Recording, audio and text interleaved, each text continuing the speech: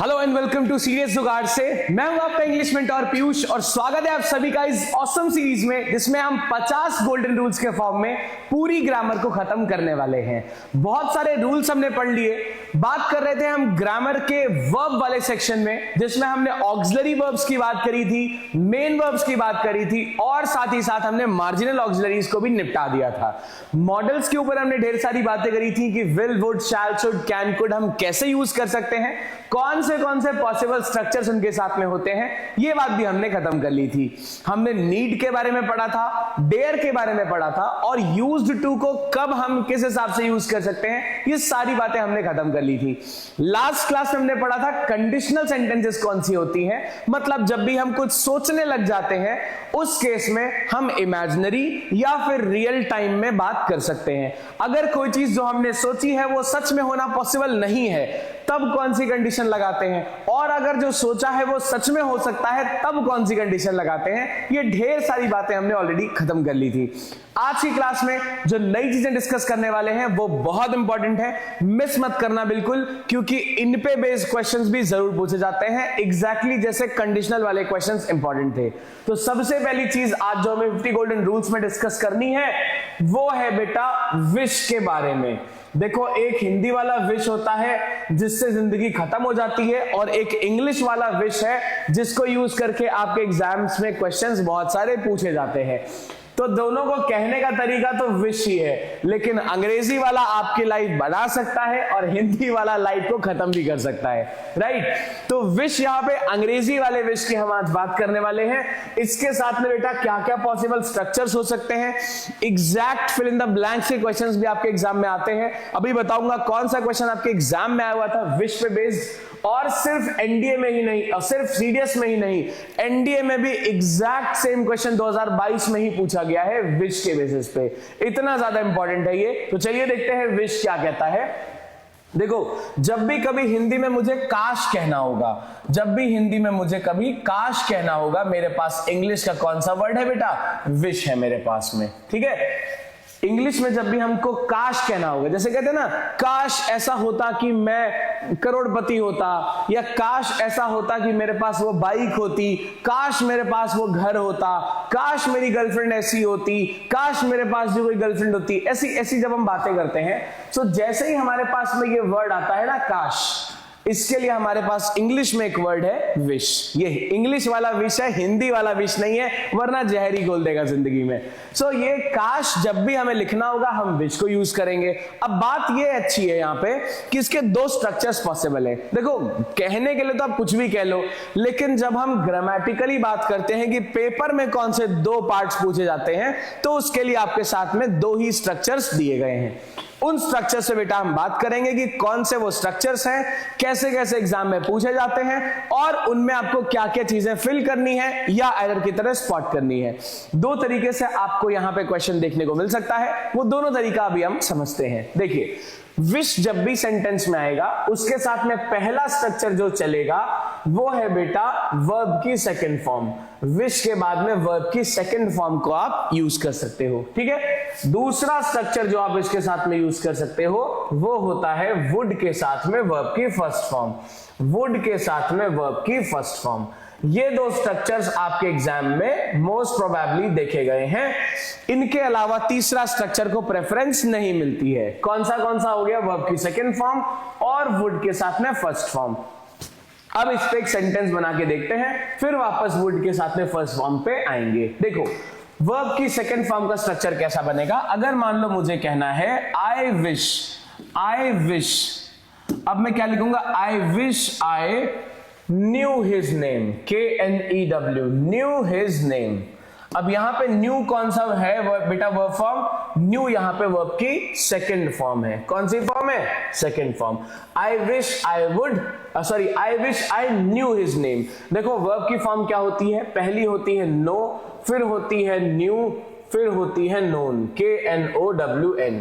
हमें कौन सी यूज करनी थी, वर्ब की सेकंड फॉर्म यूज करनी थी, इसीलिए यहां पे I wish I knew his name आ गया। बात समझ आ रही है। तो पहला स्ट्रक्चर जो आप फॉलो कर सकते हो बेटा वो होगा वर्ब की सेकंड फॉर्म का, ठीक है। तो आई wish I knew his name बिल्कुल सही चीज है। अब बात करते हैं दूसरा स्ट्रक्चर जो पॉसिबल है। दूसरा हमने कौन सा स्ट्रक्चर देखा बेटा? दूसरा स्ट्रक्चर पॉसिबल है इसका वुड प्लस V1। कौन सा पॉसिबल है? वुड के साथ में वर्ब की फर्स्ट फॉर्म। ठीक है, ध्यान से देखो, वुड प्लस वर्ब की फर्स्ट फॉर्म। अब फर्स्ट फॉर्म जब भी आती है वुड के साथ में, इसमें SES नहीं लगता है, ये बात हमें मालूम है ऑलरेडी।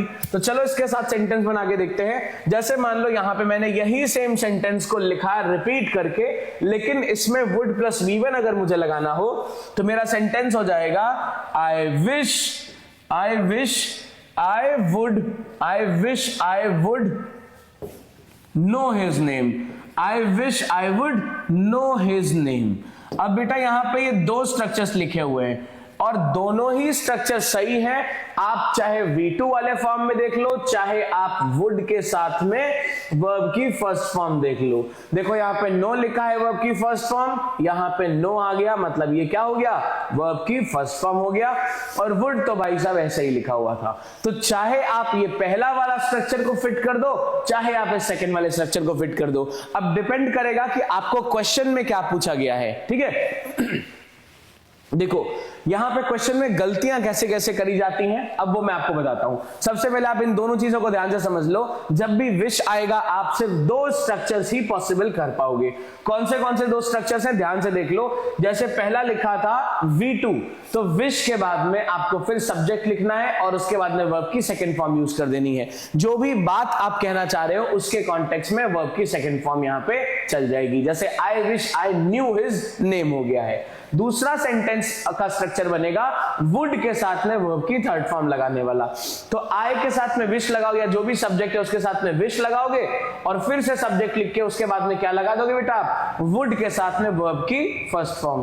तो आई wish I would know his name हो जाएगा दूसरा स्ट्रक्चर जो यहां पे सही माना जाएगा। क्लियर हो गई बात? चलो अब बात करते हैं इन पे क्वेश्चंस किस हिसाब से पूछे जाते हैं वो देख लेते हैं जरा सा, उसके बाद आगे बात करेंगे दूसरी कौन सी चीज आज हमें चेक करनी है। ठीक है बेटा, ये हो गई एक बेसिक सी बात कि विश को आप कौन से दो स्ट्रक्चर्स में लिख सकते हो। अब जरा ध्यान से समझिए इस चीज को, इसके आगे वाली चीज को। अब यहां पे देखते हैं जरा कि एरर कैसी कैसी आ सकती हैं आपके एग्जाम में विश पे बेस्ड। देखिए यहां पे कई सारे स्ट्रक्चर्स लिख रहा हूं, ये है पहला स्ट्रक्चर। आप देखते जाइए और समझते जाइए कैसे कैसे एरर्स आपके सामने पॉसिबल हैं। पहली एरर आपके सामने आ सकती है, जैसे लिखा है आई wish I know his name. I wish I know his name, ये पहली एरर आपके सामने दिख रही है। ये पहला स्ट्रक्चर यहां पे आ सकता है। ठीक है, सेकंड यहां पे आ सकता है आपके लिए एज अ ब्लैंक स्पेस। यह आ सकता है आई विश। अब देखो सेंटेंस का स्ट्रक्चर तो कुछ भी हो सकता है, एरर क्या आएगी वो मैं बता रहा हूं। I wish I dash his name आ सकता है। ठीक है, अब यहां पे आपको दिया होगा चार ऑप्शन।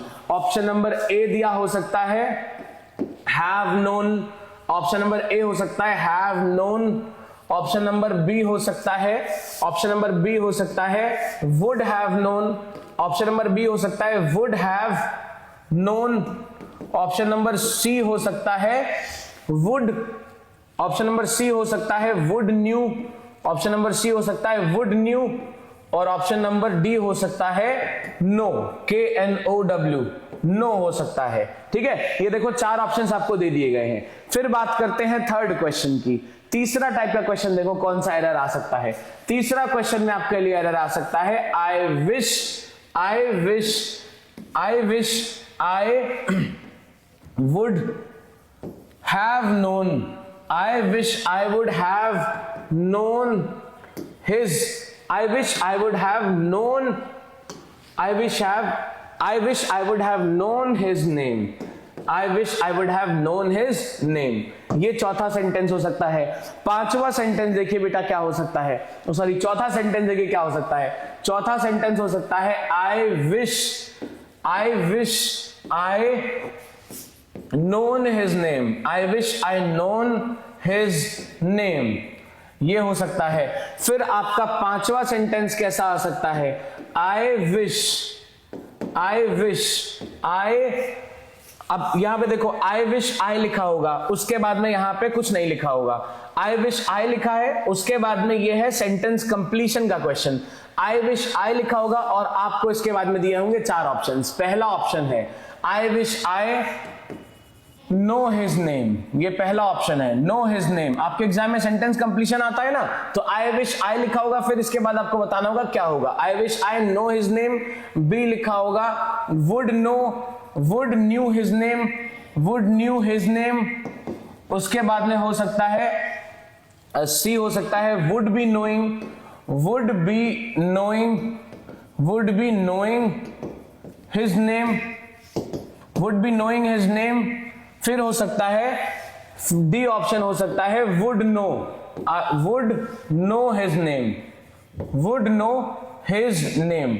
ये बेटा कुछ गलतियां हैं जो आपके एग्जाम में पूछी जा सकती है in the form of spotting error या फिर सेंटेंस कंप्लीशन के फॉर्म में। तो देखो इतने टाइप से आपको विश वाले क्वेश्चंस चैलेंज करने की कोशिश कर सकते हैं। तो चलो ये करके समझते हैं कि यहाँ पे गलतियां कहाँ रही हैं, ताकि एग्जाम में इसमें से कोई भी टाइप का एरर अगर आपको दिखे तो आप उसको फटाक से स्पॉट कर दो कि भैया यहीं पे गलती है, इसके अलावा और मुझे कहीं भटकना नहीं है। ठीक है, अगर सब कुछ मालूम ही चल जाए कि यार इतनी तरह से गलतियां आ सकती हैं इस क्वेश्चन के हिसाब से, जैसे विश हमने देख लिया, अब सेंटेंस में कहीं भी विश दिख रहा है, ये 5 में से कोई एक गलती आपको दिख जाएगी, पकड़ लो वहीं दूसरे को, उसके बाद आगे आपका करेंट आंसर। ठीक है, इतना सा काम करना है। चलो यहीं पे प्रैक्टिस करना शुरू कर देते हैं। देखते हैं सबसे पहले कि कहां पे कैसे गलती हमें स्पॉट करनी है बेटा। देखिए सबसे पहली गलती देखिए, यहां पे पहला वाला जो क्वेश्चन है उसमें क्या है, देखिए सबसे पहले बोल रहा है आई wish I know his name. हमने पढ़ा था 2 ही स्ट्रक्चर पॉसिबल है, या तो V2 कर सकते हैं, देखो यहां लिख रहा हूं, या तो V2 कर सकते हैं या फिर बेटा वुड प्लस V1 कर सकते हैं, या तो V2 या फिर would plus V1, 2 he structures यहां पे हम कर सकते हैं। ये बात हमने सीखी थी। तो नो ना V2 है ना वुड प्लस V1 है, तो नो को हम यहां से हटाएंगे, नो की जगह क्या लगा देंगे, न्यू लगा देंगे, तब ये सही हो जाएगा। पहली गलती। दूसरा देखो आई wish I dash his name. अब यहां पे ऑप्शंस हैं, क्या हैव नोन कर सकते हैं, नहीं पॉसिबल है। क्या वुड न्यू कर सकते हैं, वुड के बाद में V2 आता ही नहीं है, न्यू यहां से गलत हो गया। बी देखो वुड हैव नोन कर सकते हैं, नहीं कर सकते, V2 यहां पे नो लिखा हुआ है। देखो आई wish I know his name, यहां पे तो ऑप्शन ही गलत कर दिया मैंने। यहां पे नो की जगह बेटा होगा I wish I would knew his name, I knew his name होगा ना, ऑप्शन गड़बड़ कर दिया था, तो यहां पे न्यू हो जाएगा, KNEW हो जाएगा। सो यहां अच्छा ऐसा नहीं होगा कि चारों ऑप्शन गलत हो, ये मैंने जल्दीबाजी में या शायद दिख नहीं पाया होगा तब कर दिया। So it would be I wish I knew his name. Option number D के साथ में चले जाएंगे, जस्ट बिकॉज यहां पे या तो हम V2 यूज कर सकते हैं बेटा, या फिर वुड प्लस V1 यूज कर सकते हैं। ठीक है, यहां पे वुड प्लस नो अगर होता तो हमने इसको ले लिया होता, लेकिन ये न्यू क्या हो गया, V2 हो गया, वुड के बाद में V2 लगा नहीं सकते, तो it would be option number D, that is knew, then that's how it would be the correct choice। चलिए नेक्स्ट बात करते हैं क्वेश्चन नंबर 3 की। थर्ड क्वेश्चन कह रहा है आई wish I would have known his name. अब यहां पे लिखा है आई wish I would have known, क्या सीखा था, वुड प्लस V1 हो सकता है या फिर सिर्फ V2 हो सकता है। तो वुड यहां पे लिखा है, हैव यहां से हटा देंगे, नोन यहां से हटा देंगे, हैव नोन की जगह क्या लिख देंगे, न्यू लिख देंगे, और ये आंसर करेक्ट हो जाएगा। Sorry I wish I would know his name लिख देंगे, KNOW लिखते ही ये क्वेश्चन सही हो जाएगा। So I wish I would have known की जगह I wish I would know his name यहां पे करेक्ट हो जाएगा। क्लियर है बात। चलो फोर्थ देखो आई wish I known his name. अभी सीखा था V2 चाहिए या फिर वुड प्लस V1 चाहिए, तो नोन की जगह यहां पे क्या लिखेंगे, आई wish I knew his name, KNEW यहां पे आप कर सकते हो। ठीक है, पांचवा क्वेश्चन देखते हैं, लास्ट क्वेश्चन देखते हैं। यहां पे सेंटेंस कंप्लीशन की बात करी जा रही है, इसमें भी आपको इस तरीके से सेंटेंसेस देखने को मिलते हैं। आई विश आई की बात करा जा रहा है। अब इसके साथ में हमारे पास में 2 ऑप्शन है, या तो V2 लगा दे या फिर वुड प्लस V1 लगा दे, जो भैया मिल जाएगा वही लगा देंगे। ऐसा नहीं होगा कि आपको दोनों चीजें एक साथ ऑप्शंस में यहां मिल जाए, ऐसा पॉसिबल नहीं है। दोनों में से कुछ एक चीज मिलेगी और उसी को हम प्रेफर कर देंगे। ये वाली चीज बेटा बिना SES फॉर्म का होती है, ये याद रखिए, SES फॉर्म नहीं होती है। फिर यहां पे I wish I know his name, देखो V1 लगाने का कोई कॉन्टेक्स्ट नहीं है, ए बाहर हो गया। बी कह रहा है would knew his name, would के बाद में बेटा न्यू यानी V2 नहीं लगा सकते, बी वाला गलत हो गया। सी देखो would be knowing his name, would के साथ में बी नहीं लगाना होता है, V1 लगाना होता है, would know his name, D option बिल्कुल करेक्ट है, इसलिए फिफ्थ क्वेश्चन चला जाएगा ऑप्शन नंबर डी के साथ में। होपफुली ये चीज आपको समझ में आ गई होगी बेटा। विश पे बेस्ड यही सारे क्वेश्चन के फॉर्मेट्स हैं जो आपको एज क्वेश्चन आपके एग्जाम में मिल सकते हैं। तो इन सारी चीजों को ध्यान रखिए। हमने सीखा है फिलहाल विश के दो तरह से कंडीशंस बन सकती हैं। पहला हमने सीखा कि विश को हम ले सकते हैं, जस्ट अ सेकेंड, हाँ, विश को हम ले सकते हैं बेटा दो फॉर्मेट्स में। पहला फॉर्मेट जो होगा उसमें वर्ब की सेकंड फॉर्म आप लगा सकते हो, जैसे आई wish I knew his name. दूसरा फॉर्मेट जो होगा उसमें वुड के साथ में V1 आप लगा सकते हो, जैसे आई wish I would know his name लगा सकते हैं। ये दोनों ही स्ट्रक्चर्स में आपके पास में 4-5 तरीके के क्वेश्चंस पूछे जा सकते हैं, कभी स्पॉटिंग एरर में, कभी फिल इन द ब्लैंक्स में, और हो सकता है सेंटेंस कंप्लीशन में भी पूछा जाए, क्योंकि 2021 के बाद से सेंटेंस कंप्लीशन का भी रिवाज आपके एग्जाम में देखने को मिल रहा है। इसके लिए फिर हमने कई सारे क्वेश्चंस किए, जिसमें एक स्पॉटिंग एरर था, फिर एक फिल इन द ब्लैंक था, फिर एक spotting error, sorry 2 spotting error, फिर एक हमने सीखा सेंटेंस कंप्लीशन में कैसे कैसे एरर आ सकती है। सो ये था फिलहाल विश का जो विश है वो इस तरीके से फैला हुआ है। इसको समझ लेंगे तो प्रॉब्लम्स आपके एग्जाम में कंडीशनल वाले केस में नहीं आएंगी। देखो कंडीशनल का ही पार्ट है ये। कंडीशनल में 2 हो गया, एक इमेजिनरी और एक हो गया रियल वाला। दूसरा चीज जो होता है ये है विश, इसको हम काश बोलते हैं। इसमें भी हम इमेजिन ही कर रहे हैं, कोई कंडीशन को इमेजिन ही कर रहे हैं, इसीलिए ये भी कंडीशनल का ही पार्ट होता है। चलिए आगे बढ़ते हैं, बात करते हैं किसी और चीज की। देखो बेटा, आपके एग्जाम में जो वर्ब्स होते हैं, जो वर्ब होते हैं, इनके लिए मैंने आपको बोला था कि आप मुझे ऐसी वर्ब्स लिख के दिखाना उसमें कमेंट्स में जिनकी 3 फॉर्म्स डिफरेंट होती हैं। 3 फॉर्म्स डिफरेंट होती हैं, सारी 3 फॉर्म्स डिफरेंट होती हैं। ये आपने लिख के दिखाया था बहुत सारे बच्चों ने। फिर मैंने आपसे बोला था ऐसे लिख के दिखाना जिनकी 2 फॉर्म्स सेम होती हैं। फिर मैंने बोला था ऐसे लिख के दिखाना जिनकी 2 फॉर्म्स सेम होती हैं। फिर मैंने कहा ऐसा लिख के दिखाओ जिनकी ऑल फॉर्म्स सेम होती हैं। फिर मैंने कहा ऐसा लिख के दिखाओ जिनकी ऑल फॉर्म्स सेम होती हैं। ठीक है, अब ये 3 टाइप के वर्ब्स आपने मुझे लिख के दिखाए थे। बहुत सारे बच्चों ने काम चोरी भी करी थी, नहीं लिखा था, जिनको बहुत दिक्कत होगी अगर वो सही में इस चीज को नहीं पढ़ेंगे, इसी तरह से इग्नोर करेंगे तो, क्योंकि एग्जाम में बेटा इनका बहुत ज्यादा यूज होता है। आप अगर ऐसे ही इग्नोर करते रहोगे चीजों को तो फिर कहीं ना कहीं आगे चल के दिक्कत होना तो डेड श्योर है। तो देखो यहाँ पे फिलहाल हमें बात किस चीज की करनी है बेटा, बात यहाँ पे हमें करनी है फिलहाल ऐसे वर्ब्स की, ऐसे वर्ब फॉर्म्स की जो प्रोमिनेंटली आपके एग्जाम में पूछे जाते हैं और कंडीशन वाइज वो बदल भी जाते हैं। तो ये कौन से वर्ब फॉर्म्स हैं? देखो जनरल वाली तो आपको मालूम ही है, हमने गो वेंट गॉन, ईट एट ईटन, सिंग सैंग संग, ये वाली सीखी थी। लेकिन इसमें कौन सी ऐसी फॉर्म्स हैं जो बहुत ज्यादा इंपॉर्टेंट है और एग्जाम में जब भी आपके सामने वो वर्ब फॉर्म्स आएंगी उन वर्ब फॉर्म्स को आपको चेक करना ही पड़ेगा, वरना सेंटेंस गलत हो जाएगा। तो वो वाली वर्ब फॉर्म्स को जरा सा ध्यान से समझिए कि कौन सी वर्ब फॉर्म्स हैं जो आपको ध्यान से समझनी है, और जब भी सेंटेंस में यूज होंगी आपको उन पे खास ध्यान रखना है, वरना वो स्किप हो जाएंगी और सेंटेंस बिल्कुल गलत हो जाएगा। तो उसमें पहली वर्ब फॉर्म है बेटा पहली वर्ब फॉर्म है हैंग, HANG, हैंग। अब ये हैंग इसलिए है क्योंकि बेटा इसकी 2 फॉर्म्स होती हैं। हैंग की 2 फॉर्म्स होती हैं, एक ये हैंग है और एक ये हैंग है। ठीक है, अब आपने अगर देखा हो कि जब भी कभी जज साहब फैसला देते हैं किसी मुजरिम को फांसी तक लटकाने का, तो वो जज साहब क्या बोलते हैं? To be hanged till death बोलते हैं। सुना होगा आपने, to be hanged till death बोला जाता है। ठीक है लेकिन एक चीज समझो, एक तो हो गया जज साहब ने बोला to be hanged till death, मतलब इसको टांग दो जब तक ये मर ना जाए। लेकिन अब ये जिस बोर्ड पे मैं आपको पढ़ा रहा हूं ये बोर्ड भी टांगा गया होगा, है ना?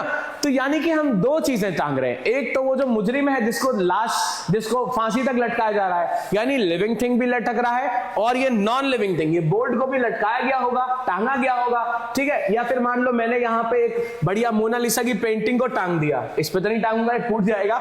एक मोनालिसा की पेंटिंग को टांग दिया मैंने, अब वो भी चीज टांगी गई है। तो टांगा 2 चीजों को जा रहा है, कौन सी? लिविंग थिंग और नॉन लिविंग थिंग। अब ये जानना इसलिए इंपॉर्टेंट है क्योंकि इसी के बेसिस पे सवाल बन रहा है और बच्चे गलत कर दे रहे हैं। उन बच्चों में आप भी हो सकते हो, इसलिए इसको ध्यान से समझो। अब जब भी हम कोई चीज टांग रहे हैं वो चीज या तो लिविंग थिंग होगी या वो चीज नॉन लिविंग थिंग होगी बेटा, या तो वो चीज लिविंग होगी या नॉन लिविंग होगी। अब समझो, जब ये चीज लिविंग है तब इसकी वर्ब फॉर्म अलग है, लेकिन जब ये नॉन लिविंग है तब इसकी वर्ब फॉर्म्स अलग है। ये कैसा कमाल हुआ? समझो इसको, नहीं तो गलत हो जाएगा। अब ये है बेटा वर्ब की फर्स्ट फॉर्म, दोनों की वर्ब फॉर्म फर्स्ट वाली जो होंगी वो सेम होंगी, हैंग या फिर लास्ट में एस वाली फॉर्म लगा सकते हैं सिंगुलर चीजों के लिए। ये तो ऑलरेडी पढ़ चुके हैं, तो इस पे बात अब और नहीं करेंगे कि हैंग्स कब लगाएंगे, हैंग कब लगाएंगे, वो आप ऑलरेडी जानते होंगे। फिर देखो वर्ब की जो सेकंड फॉर्म होती है बेटा और वर्ब की जो थर्ड फॉर्म होती है, ये लिविंग के लिए अलग चलती है और नॉन लिविंग के लिए अलग चलती है। ये बड़ी बदतमीज टाइप की वर्ब फॉर्म है, लिविंग के लिए अलग और नॉन लिविंग के लिए अलग। ये पार्शियलिटी करती है बहुत ज्यादा। देखो जब भी हम लिविंग के लिए यूज करेंगे, या मान लो जिस मुजरिम को टांगना है, तो जज साहब क्या बोलते हैं, to be hanged till death, HANGED, hanged लिखते हैं। और यहां पे भी क्या होता है, hand, HANGED।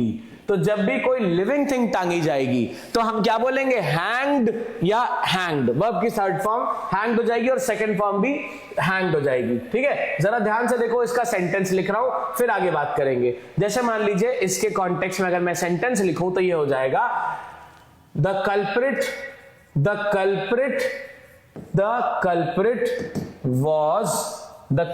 was hanged, HANGED, hanged till death, was hanged till death। ठीक है, अब यहां पे हैंड वाली वर्ब फॉर्म यूज की है। क्यों बेटा, क्योंकि कल्प्रिट जो है, जो मुजरिम है, वो क्या होगा, लिविंग थिंग होगा। अबे मरने से पहले तो लिविंग थिंग ही होगा ना। देखो मरने के बाद भी लिविंग थिंग ही होगा, लेकिन उसके अंदर जान नहीं है, तो इसलिए कल्प्रिट जब लिविंग थिंग है तो मैं क्या यूज करूंगा, हैंड की ईडी वाली फॉर्म।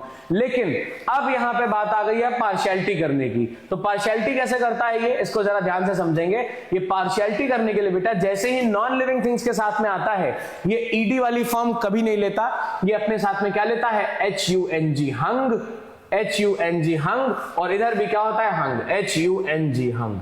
अब देख रहे हो आप, अगर ये लिविंग थिंग के लिए यूज हुआ है तब आप ईडी वाली यूज करोगे, अगर ये नॉन लिविंग के लिए यूज हुआ है तब आप हंग यूज करोगे। इसके सेंटेंस की अगर हम बात करें तो सेंटेंस हो सकता है, देखो जरा, द पेंटिंग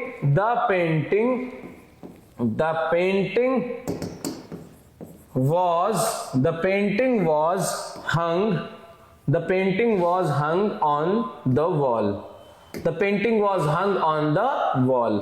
अब यहां पे पेंटिंग क्या है बेटा, पेंटिंग है एक नॉन लिविंग थिंग। पेंटिंग क्या है, नॉन लिविंग थिंग है। अब इस नॉन लिविंग थिंग को हमें टांगना है, तो लिविंग थिंग होता तो हैंग लगाते, ईडी वाली फॉर्म। लेकिन अगर ये नॉन लिविंग थिंग है, अब कौन सी फॉर्म लगाएंगे, हंग लगाएंगे।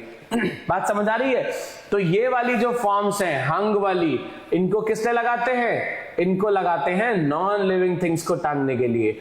और अगर हम ईडी वाली फॉर्म लगा देंगे तो जो टंगी हुई चीज है वो लिविंग थिंग्स में कंसीडर हो जाएगी। ठीक है बेटा, बात समझ आ रही है। देखो इस पे बेस क्वेश्चन आएगा, नहीं मानोगे तो एग्जाम में दिक्कत हो जाएगी। याद रख लो, हैंग की ईडी वाली फॉर्म जब लगाएंगे तो चीजें लिविंग होनी चाहिए, और अगर हम UNG, हंग वाली फॉर्म लगाएंगे तब चीजें कैसी होनी चाहिए, नॉन लिविंग होनी चाहिए। इसी बेसिस पे अगर आप मैथ्स करा के क्वेश्चन को करोगे तभी ये सही माना जाएगा, वरना ये गलत हो जाएगा। मैं साइड हट जा रहा हूं, आप चाहो तो एक स्क्रीनशॉट ले सकते हो जिससे आगे आने वाले जो भी आप क्वेश्चंस करो उसमें कोई गलती ना हो। ठीक है, चलो आगे बात करते हैं सेकंड वाले वर्ब की। अब यहां पे जरा इसको मिटा रहा हूं। दूसरा वर्ब फॉर्म देखो कौन सा वाला आपको ध्यान रखना है बेटा। देखो दूसरा वर्ब फॉर्म कौन सा ध्यान रखना है, इसको ध्यान रखिएगा। फिर आता है नेक्स्ट वाला वर्ब फॉर्म जिनका आपको खास जरूरत है। उसमें पहला हो गया हमारे पास में हैंग की दोनों वर्ब फॉर्म्स। दूसरा वर्ब फॉर्म जिसकी आपको ज्यादा जरूरत पड़ेगी दैट वुड बी, देखो दूसरा वाला जो है वो लिखता हूं, यहां पे फर्स्ट नंबर खत्म हो गया है। सेकंड देखो, सेकंड है बेटा सिंक, SINK, सिंक। और फिर है यहां पे ड्राउन, DROWN, ड्राउन।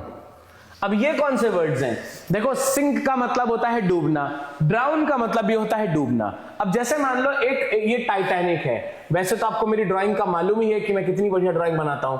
ये टाइटैनिक है भैया, यहाँ पे खूब सारा वो बना हुआ है और यहाँ पे गाना चल रहा है, every night in my dreams I see you I feel you. ठीक है, ये गाना चल रहा है, ये इनका हाथ फैला है, अबे हाथ ज्यादा बड़ा हो गया, कोई बात नहीं, चलो ये टाइटैनिक है। अब मान लो टाइटैनिक डूब गई, तो टाइटैनिक डूब गई, कैसे डूबी, डुबुक डुबुक करके डूब गई टाइटैनिक। अब टाइटैनिक यहाँ पे डूब गई। अब जब ये टाइटैनिक डूबेगी तो यहाँ पे जो आदमी औरत होंगे वो भी डूब जाएंगे। तो टाइटैनिक भी डूब रही है, टाइटैनिक भी डूब रही है और आदमी औरत भी डूब रहे हैं, टाइटैनिक भी डूब रही है और पीपल भी डूब रहे हैं। ठीक है, अब यहाँ पे देखो टाइटैनिक क्या है, नॉन लिविंग थिंग है और लोग क्या है, लिविंग थिंग्स है। तो भैया टाइटैनिक भी डूब रही है और लोग भी डूब रहे हैं, और दोनों ही डुबुक डुबुक करके डूब रहे हैं। तो हमें सीखना पड़ेगा वर्ड्स की लिविंग थिंग डूबे तब क्या करते हैं, नॉन लिविंग थिंग्स डूबे तब क्या लिखते हैं। इसको ध्यान रखो। सिंक बेटा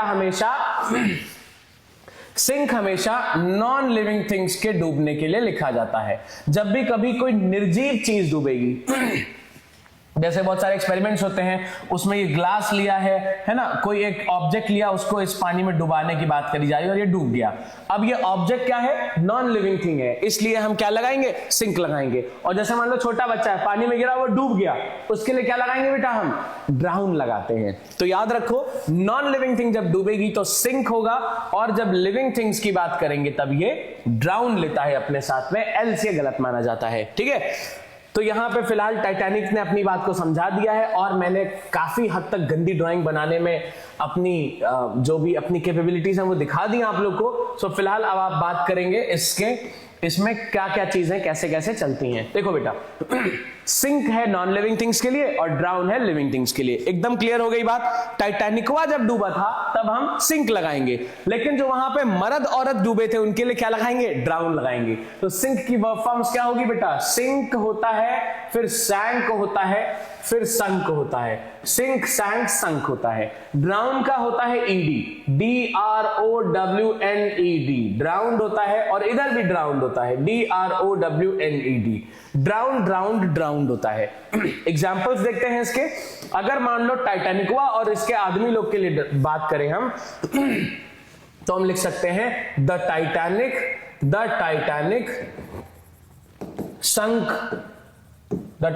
संक without a hint. The Titanic sunk without a hint.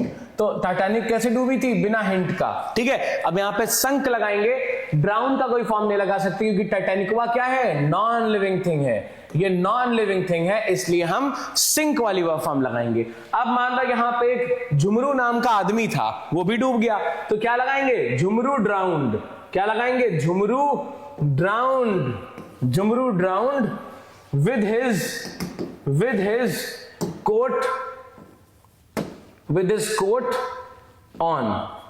his coat on। Jhumru drowned with his coat on. Jhumru डूब गया था, कैसे, कोट पहने पहने झुमरू डूब गया, कोट भी नहीं निकाल पाया। तो यहां पे ड्राउंड किस लिए यूज कर रहे हैं बेटा, क्योंकि झुमरू भाई क्या है, लिविंग थिंग होंगे। झुमरू भाई डूब रहे हैं तो ये लिविंग थिंग है। अब कोई लिविंग थिंग डूब रही है तो ड्राउन वाला वर्ब फॉर्म लग जाएगा, और अगर नॉन लिविंग थिंग डूब रही है तो सिंक वाला कोई भी फॉर्म लग सकता है। याद रहेगा, sink for non living things, drown for living things. आगे बात करते हैं तीसरे वाले कॉन्टेक्स्ट में।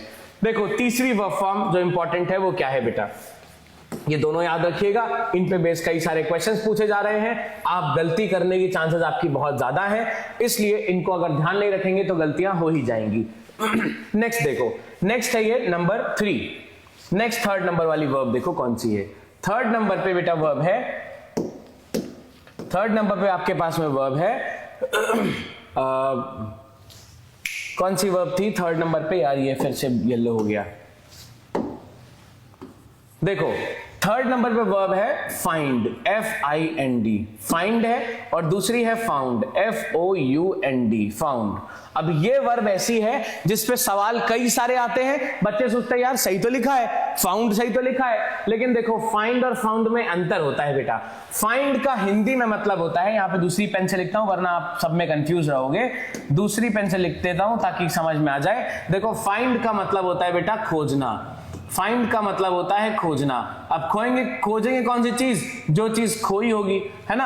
अगर मैं किसी चीज को खोज रहा हूं तो वो चीज खोई हुई है। तो फाइंड का मतलब होता है खोजना। जैसे मैंने बोला प्लीज फाइंड माई पेन या please find my mobile phone, तो फाइंड का मतलब क्या है, खोज दो, यहीं था, कहीं मिल नहीं रहा है, गुम हो गया है, इसको बोलते हैं फाइंड। लेकिन फाउंड का मतलब बेटा होता है स्थापना करना, किसी भी चीज की स्थापना करना। ठीक है, तो फाउंड का मतलब होता है स्थापना करना और फाइंड का मतलब होता है खोजना।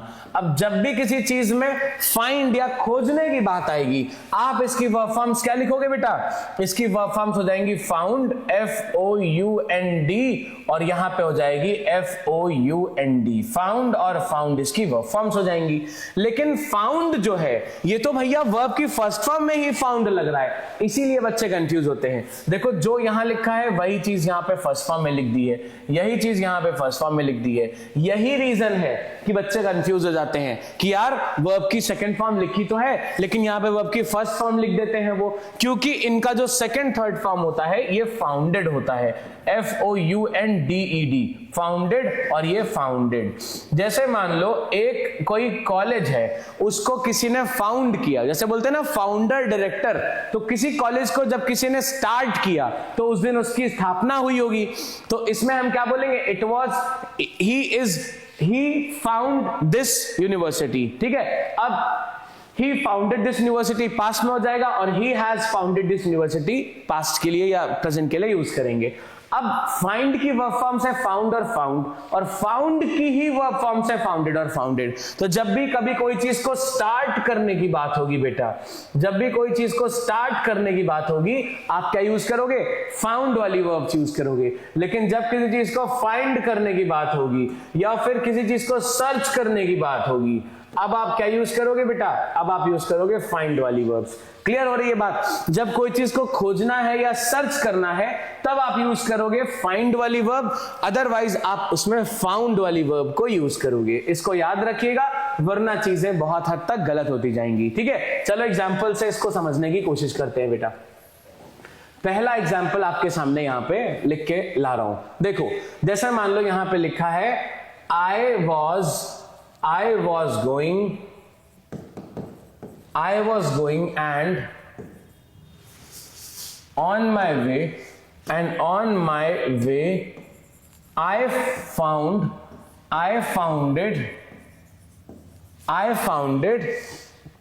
my wallet।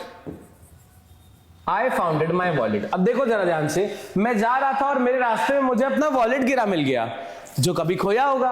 अब यहां पे देखो फाउंडेड लिखा हुआ है बेटा, तो क्या यहां पे फाउंडेड सही है? फाउंडेड का मतलब क्या हो गया, स्थापना करना, तो यहां पे मीनिंग गलत हो गया है, इसलिए फाउंडेड की जगह पे हमको फाउंडेड हटाना पड़ेगा और फाउंडेड की जगह क्या लिखना पड़ेगा, आई फाउंड माई वॉलेट यहां पे होगा, तब ये सही बनेगा।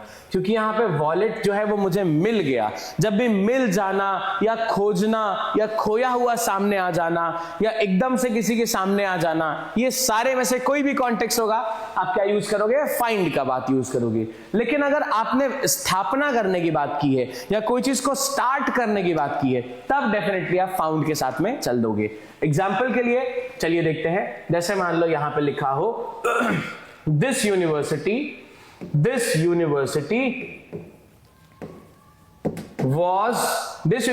was found by my grandfather। अगर ये लिखा है, अब यूनिवर्सिटी को खोजा थोड़ी जा रहा है बेटा, यूनिवर्सिटी को खोज थोड़ी सकते हैं, उसको तो क्या करेंगे, स्थापना करेंगे या स्टार्ट करा जाएगा या चलाया जाएगा, ये सारी चीजें आएंगी। तो जब खोजने वाली बात ही नहीं है तो फाउंड तो यहां पे आ नहीं सकता, क्योंकि वॉज के बाद में थर्ड फॉर्म लगानी होती है, तो फाउंड यहां पे गलत है। यहां पे क्या लिखेंगे, was founded by my grandfather. So found की जगह फाउंडेड लिख के इसको हम सही बना सकते हैं, एल्स ये गलत ही माना जाएगा। ठीक है, समझ गया फाइंड कब लगाना है, फाउंड कब लगाना है। बेटा ये नहीं समझ में आएगा तो बहुत दिक्कत करेगा, इस चीज को क्लियरली समझ लीजिए। चलिए बात करते हैं आगे नेक्स्ट सेट ऑफ वर्ड्स की। देखिए इसको हटाते हैं,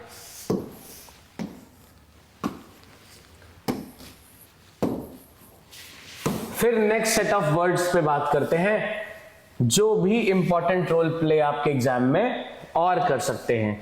तो देखिए तीसरा वर्ड जो आपके लिए इंपॉर्टेंट है, सॉरी चौथा वर्ड, तीसरा तो हो गया। चौथे वाले में देखो, यहां पे समझो, चौथे वाले में आपके पास में दो चीजें हैं। पहली चीज क्या है बेटा, बी की वर्ब फॉर्म्स कौन सी होती हैं, बी की कौन सी फॉर्म्स होती हैं। तो देखो यहां पे बेस फॉर्म में लिखना पड़ेगा, यहां पे बेस फॉर्म में लिखना पड़ेगा, इसलिए यहां पे मैं थोड़ा सा इसको हटा रहा हूं। देखो यहाँ पे ये चीजें हटा रहा हूं, बेस फॉर्म से समझना पड़ेगा वरना ये चीजें गड़बड़ हो जाएंगी और आप हमेशा सेंटेंस में गड़बड़ ही करते रहोगे।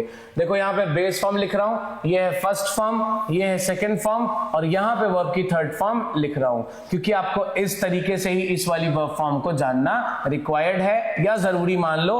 बिना इसका आपका काम नहीं चल पाएगा क्योंकि मॉडल्स में इनके हिसाब से ही फिलिंग होती है। तो यहाँ पे बेटा फोर्थ वाली में मैं बेस में लिख रहा हूं बी की वर्ब फॉर्म्स लिखनी है और यहाँ पे नेक्स्ट नंबर 5 लिख रहा हूं मैं हैव की वर्ब फॉर्म्स लिखनी है। किसकी लिखनी है? हैव की वर्ब फॉर्म्स लिखनी है। अब देखो बी की अगर हम बात करें तो फर्स्ट फॉर्म क्या होती है इसकी? फर्स्ट फॉर्म होती है बेटा इज और फिर होती है एम और फिर होती है आर। इज एम आर तीनों वर्ब फॉर्म्स किधर आती हैं? वर्ब की फर्स्ट फॉर्म में आती हैं। याद रखो बहुत इंपॉर्टेंट है, एग्जाम में गलती हो जाएगी। फिर वर्ब की सेकंड फॉर्म में आता है बेटा वॉज और वर आता है। इसमें क्या आता है? वॉज और वर आता है।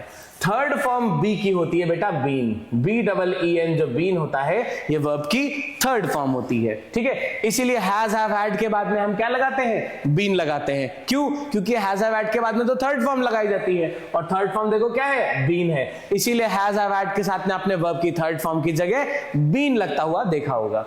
फिर बात करते हैं हैव की। हैव की बेटा फर्स्ट फॉर्म में देखो ये हैव भी आता है और क्या आएगा? इसका एस वाला फॉर्म यानी कि हैज भी आएगा। याद रखो हैव का फर्स्ट फॉर्म क्या है? हैज और हैव दोनों है। ठीक है, अब V2 क्या होता है बेटा? हैड होता है। V2 क्या है? हैड है। V3 क्या है? हैड है। V3 भी क्या है? हैड है। देखो दोनों सेम होते हैं, हैड और हैड। अब आपको मैंने ये बताया क्यों है। देखो बी वाला तो जानना बहुत जरूरी था क्योंकि बी कहां फिट हो रहा है ये चीज जानना इंपॉर्टेंट है। फिर इज एम आर कैसे फिट होते हैं, वॉज वर कैसे फिट होते हैं और बीन कैसे फिट होता है ये जानना जरूरी है।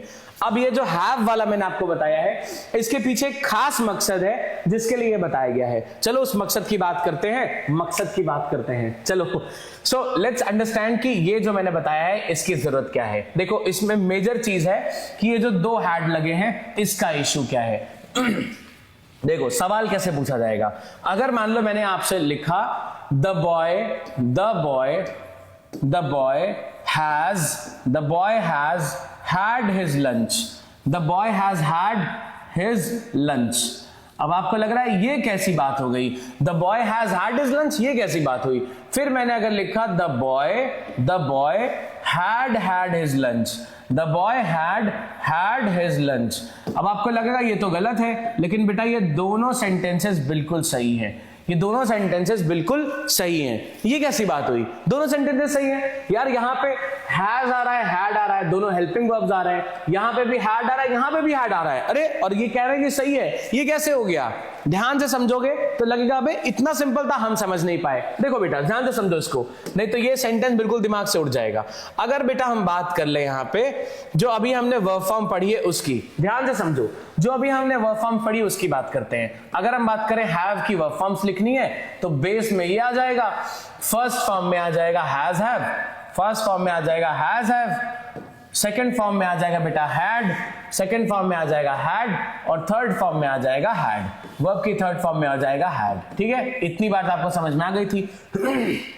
ऑलराइट, अब अगर हम आपसे बताएं कि भैया जो वर्ब की थर्ड फॉर्म होती है, जो वर्ब की थर्ड फॉर्म होती है, या इस तरह से कह लो कि हमने जब स्टार्टिंग में इस चीज को पढ़ा था, चलो पहले यहां देखते हैं। जब हमने स्टार्टिंग में इस चीज को पढ़ा तो हमने क्या सीखा था? देखो यहां पे आपको याद आएगा अभी, जब भी हम हैज लगाएंगे, जब भी हम हैव लगाएंगे या जब भी हम हैड लगाएंगे, उसके बाद में कौन सी फॉर्म लगा सकते हैं? वर्ब की थर्ड फॉर्म लगाएंगे। ठीक है बेटा, ये चीज आपने समझी थी? हैज हैव हैड के बाद में वर्ब की थर्ड फॉर्म लगाएंगे, समझी थी कि नहीं समझी थी? ये सिंपल सी बात थी जो ऑलरेडी हमने डिस्कस करी हुई थी। क्या सीखा था? हैज हैव और हैड के बाद में वर्ब की थर्ड फॉर्म लगेगी। ठीक है, अब जरा ध्यान से समझो, हैज हैव हैड के बाद में कौन सी फॉर्म? वर्ब की थर्ड फॉर्म। अब देखो यहां पे जरा, वर्ब की थर्ड फॉर्म को अगर मैं हैड मान लेता हूं, ये वर्ब की थर्ड फॉर्म ही तो है। अबे V3 क्या है यहां पे? V3 क्या है? अबे यार देखो यहां पे V3 क्या है? वर्ब की थर्ड फॉर्म है। वर्ब की थर्ड फॉर्म यहां क्या लिखा है? हैड लिखा है। अगर मैं वर्ब की थर्ड फॉर्म को यहां पे हैड लिख देता हूं, ये कौन सी फॉर्म है? वर्ब की थर्ड फॉर्म है, लिख दिया मैंने। अब वर्ब की थर्ड फॉर्म से पहले क्या आना चाहिए? हैज हैव या हैड आना चाहिए। तो यहां पे बॉय एक है इसलिए मैंने हैज लगा दिया। तो हैज प्लस वर्ब की थर्ड फॉर्म ही तो लिखा है बेटा, यहां पे बात समझ आ रही है। हैज प्लस V3 तो लिखा है, बस V3 की जगह मैंने हैव वाली थर्ड फॉर्म लगा दी। तो ये बिल्कुल कर सकते हैं हम, कोई से भी वर्ड की थर्ड फॉर्म लगा दो, वो तो बिल्कुल सही है। तो हैज प्लस V3 लगाए यहां पे, लेकिन आपको लग रहा होगा अजीब है, तो बेटा ये बिल्कुल सही है। अब देखो यहां पे बात करें अगर हम कि भैया हम ऐसा भी तो कर सकते हैं कि हैड प्लस वर्ब की थर्ड फॉर्म लगाएं, कर सकते हैं ऐसा? आपने बोला बिल्कुल कर सकते हैं। अब मैंने यहां पे हैड लिखा, पहले हेल्पिंग वर्ब ये वाला हैड है, ठीक है, ये हैड है। अब मैंने बोला हैड लिखा है तो भाई वर्ब की थर्ड फॉर्म लगाओ। आपने बोला ठीक है, हैड आपने लगा दिया वर्ब की थर्ड फॉर्म।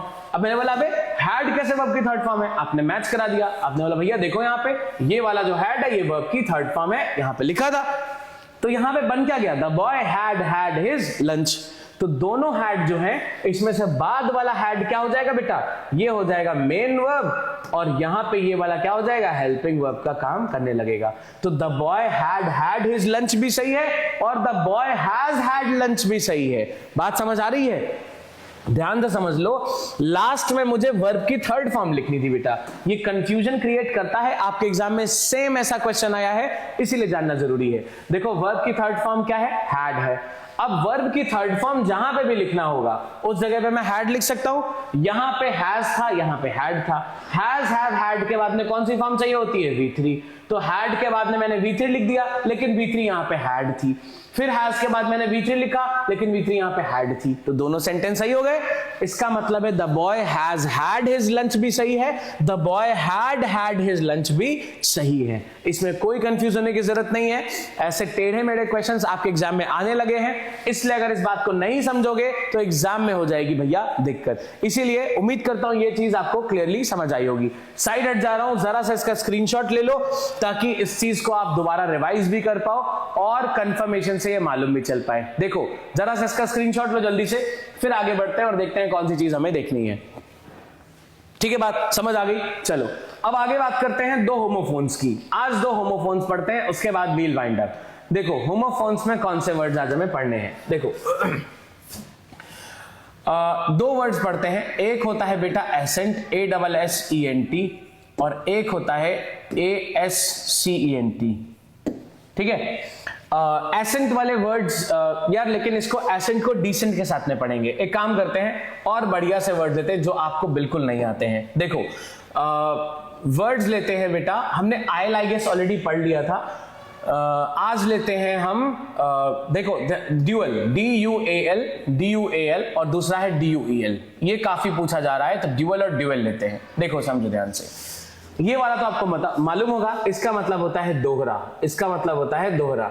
जैसे किसी ने बोला या टू जिसको बोलते हैं या ट्विन बोलते हैं, इसको बोलते हैं ड्यूअल। ठीक है, जो एसेंट वाला है इसको हम डिसेंट वाले के साथ, चार के साथ में क्लब करके पढ़ेंगे। तो फिलहाल अभी आज दो पढ़ने हैं, इसलिए ये वाला देखते हैं।